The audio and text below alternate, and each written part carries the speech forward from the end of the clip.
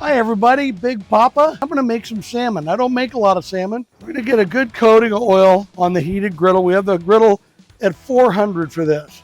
I got my trusty butter heating up here. When it's bubbling, it's looking really good. Take the salmon. We're gonna take the desert gold, because you know salmon is made for desert gold. We're gonna pull it, it's in olive oil. Now normally I don't use olive oil on the griddle, but I'm not gonna have it too hot.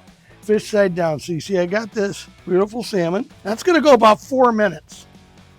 In the meantime, we've got butter. It's melting here, it's a cube. I'm gonna add some of the desert gold, because what'll happen is, we call it blooming. The spices are blooming here, so they'll open up and it'll be really nice. So we have some desert gold in there, some freshly grated ginger. Let's put some garlic, stir it up good. Got the juice of half a lemon. Now, Brussels sprouts, about 6 pads of unsalted butter. This is gonna help my caramelization. Desert gold. Okay, this is bubbling pretty good.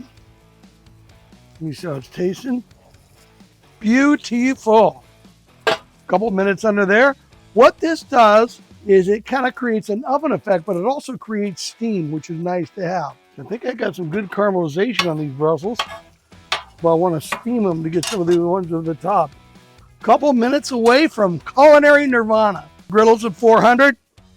The salmon's coming to a really fun finish. What we're going to do is we're going to drizzle some of this butter, ginger, garlic mixture, a little honey in it. Actually drizzle it on top of the salmon and on top of the Brussels, because we're going to use the Brussels as a bed and the salmon as the pillow. You see me cooking a lot more on the griddle because I just love it, because I can get the caramelization I want.